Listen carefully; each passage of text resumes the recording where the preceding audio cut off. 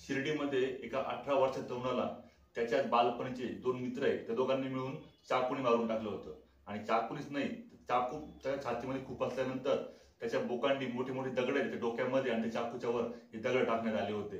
तर मित्रांनो, हे सर्व जो क्राईम चालू आहे हा नशेमुळे चालू आहे की पूर्ण जी स्टोरी आहे ती नेमकी काय आहे, की शिर्डीमध्ये एवढा मोठा जो हत्याकांड आहे हा दहीहंडीच्या दिवशी कसं काय घडला होता हे आपण या व्हिडिओमध्ये समजून घेणार आहे. या स्टोरीची सुरुवात आहे ती अशी होती, ती होती 25 वर्षा अगोदर. त्या एक माणूस असतो जो बिहारमध्ये राहत असतो. तो बिहारमधनं शिर्डी दरबारामध्ये येतो काहीतरी काम सापडण्यासाठी, काहीतरी रोज जीविका जी आपली चालवण्यासाठी. त्याचं नाव राहतं नवीन कुमार ठाकूर. हा जो नवीन कुमार ठाकूर आहे याला एक मुलगा होतो. या मुलाचं नाव ते सानू ठेवतात. आणि हा जो सानू आहे हा शिर्डीमध्ये तिथे लहानपणी खेळत असतो, कुदत असतो, शाळेत जातो. त्याचे जे मित्र आहे तिथे खूप सारे मित्र होत असतात. पण तो हळूहळू नशेच्या आहारी जायला लागतो. जसं जसं वय 17-18 व्हायला लागतं तो दारू प्यायला लागतो, सिगरेट प्यायला लागतो. आणि एक जास्त खुमखुमी भाईगिरीची जी आता तुम्ही बघताय नाशिकमध्ये, बीडमध्ये, शिर्डी, राहता या ठिकाणी ना जे पण तरुण पोरं आहे ना त्यांना फक्त भाईगिरी करायची आहे. त्यांना मोठं व्हायचंय, कारण शिक्षण करायचं नाही, फक्त दारू प्यायची आहे, एन्जॉय करायचा आहे, मोठ्या मोठ्या गाड्या घेऊन हिंडायच्या आहे. जी फक्त आई अशी करायची. पण एखाद्या आईसाठी पैसे खूप लागतात. पैशासाठी काय करायचं तर भाईगिरी करायची. आणि अन्नसे सारख्याची गोष्ट एक घडली होती नाशिकमध्ये. नाशिकमध्ये जी त्रिमुरी चौक आहे तिथे एक टपरी होती. त्या टपरीवर 8-8:30च्या वेळेस एक पोरगा आला आणि त्याने त्या टपरीवाल्याकडे सिगरेट मागितली. आता कोणत्या टपरीमध्ये सिगरेट जी आहे 10 रुपयाला भेटते, कोणत्या टपरीमध्ये 12 रुपयाला भेटते, त्याच्याच हिशोबाने धंदा करतात लोक आपले. तर त्याच्याकडे 10 रुपये फक्त. तर तो दुकानदार आहे तो बोलला 10 रुपये नाही, सिगरेट 12 रुपयाला आहे. तर त्या पोरांनी परत तो गेला, घरी गेला, कोयता घेऊन आला आणि तो जो टपरीवाला आहे त्याच्यावर कोयते त्याच्यावर वार केले होते आणि त्याला मारून टाकलं. कशासाठी तर फक्त 2 रुपयासाठी. म्हणजे नशेमुळे अशा 2-2 रुपये 5-5 रुपयासाठी एकदम छोट्या छोट्या किरकोळ कारणावरून घटना घडत असतात. आता आपण परत आपल्या स्टोरी रिव्ह्यू ती म्हणजे सानू. हा जो सानू आहे हा असाच भाईगिरीच्या वेळात होता अडकलेला.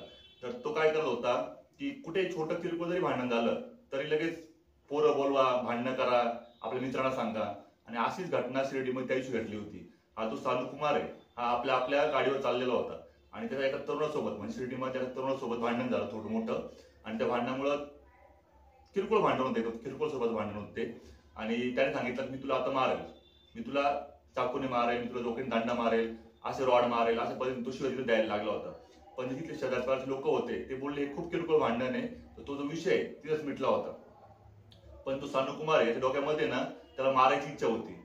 त्याचे दोन चांगले मित्र होते लहानपणाचे, ते होते साई कुमावत आणि शुभम गायकवाड. या दोघांना त्यांनी सांगितलं का असा तो पोरगा आहे त्याला आपल्याला मारायचंय. म्हणजे तिघ मित्र त्या दुसऱ्या मुलाला भेटायला गेले होते. आणि त्याला भेटल्यानंतर जे सानूचे दोन मित्र आहे साई कुमावत आणि शुभम गायकवाड यांनी समजून सांगितलं की मारणं वगैरे याच्यात काहीच उपयोग नाही, हा किरकोळ वाद आहे, त्या किरकोळ वादामध्ये भांडण करायची काहीच गरज नाही. आणि या गोष्टीचा जो राग आहे हा त्या सानूला खूप आला होता का माझ्या मित्रांनी माझ्याच भांडणामध्ये माझी साथ नाही दिली.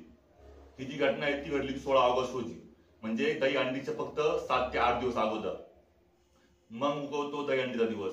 दहीहंडीच्या दिवशी काय होतं की जो हा सानू कुमार आहे हा काय करतो, खूप दारू पितो. आणि दारू पिल्यानंतर शिर्डीचा जो नगर मनमाड रोड आहे तिथे जैन मंदिर समोर उभा राहतो. आणि त्याचे मित्र आहे जो दोघं मित्र याचे हे जे शुभम गायकवाड आणि साई कुमावत त्यांना बोलून घेतो.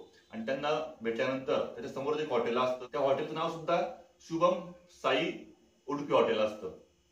म्हणजे हा किती मोठा कोइन्सिडन्स असतो. आणि त्या हॉटेलमध्ये जेवायला जातं. जेवायला गेल्यानंतर काय होतं, जेवता जेवता जेवणामध्ये परत जो सानू कुमावत हा तेच विषय काढतो की तुम्ही माझी साथ नाही दिली, मला त्याला मारायचं होतं, असं तसं. तर मग त्यामध्ये तिघांमध्ये भांडणं व्हायला लागतं. आणि भांडणं झाल्यानंतर हे तिघ जे आहे जीवलग मित्र आहे हे बाहेर येतात आणि भांडणाचं रूपांतर हळूहळू मारामारामध्ये व्हायला लागतं. आणि शुभम हे दोघं जण जे आहे त्या सानूला लाथाबुक्क्या मारायला लागतात. आणि जी वेळ येते ती म्हणजे की तो दोघं जण जे आहे ते त्याच्या छातीमध्ये चाकू खूप असतात. आणि छातीमध्ये चाकू खूप असल्यानंतर सुद्धा ते त्याला सोडत नाही, त्याच्या अंगावरती दगड मारतात. जो सानू आहे तो तिथे मृत्युमुखी पडून जातो. आणि थोड्याच वेळानंतर तिथले काही लोक आहेत स्थानिक ते सानूला साईबाबा हॉस्पिटलमध्ये घेऊन जातात. पण तिथे गेल्यानंतर खूप वेळ झालेला असतो, तोपर्यंत सानू हा मृत्युमुखी पडलेला जातो. आणि अशा प्रकारे मित्रांनो आपल्या दोन मित्रांनी आपला जीवलग मित्राला एवढ्या क्रूर पद्धतीने मारून टाकलं होतं. आणि ह्या ज्या गोष्टी आहे या सगळ्या कशामुळे घडतायत तर फक्त दारूमुळे आणि भाईगिरीमुळे.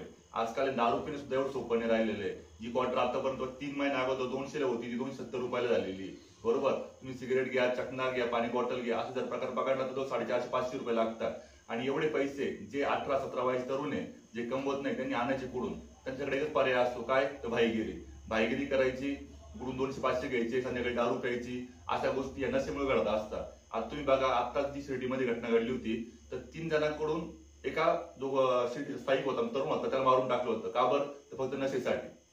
त्यानंतर थोडाच म्हणजे 2-3 तासामध्येच हे 2 आरोपी आहे, साई कुमावत आणि शुभम गायकवाड, या दोघांना शिर्डीचे स्थायिक पोलीस आहे हे पकडतात आणि त्यांची रवानगी पोलीस कोठडीमध्ये करून टाकतात. तर अशी होती शिर्डीच्या हत्याकांडची स्टोरी. एका 18 वर्षाच्या तरुणाचा आपल्याच जे जिवलग मित्र आहे यांनी कसा सूड उगवला होता, छोट्या छोट्या गोष्टी कसे भांडणं आणि खून पडत होते हे आपण या स्टोरीमध्ये बघितलेलं आहे. तर तुम्हाला हा जो व्हिडिओ आहे हा कसा वाटला आहे नक्की तुम्हाला लाईक आणि सबस्क्राईब करून सांगू शकता.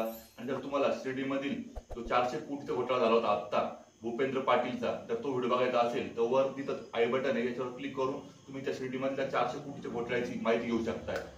धन्यवाद.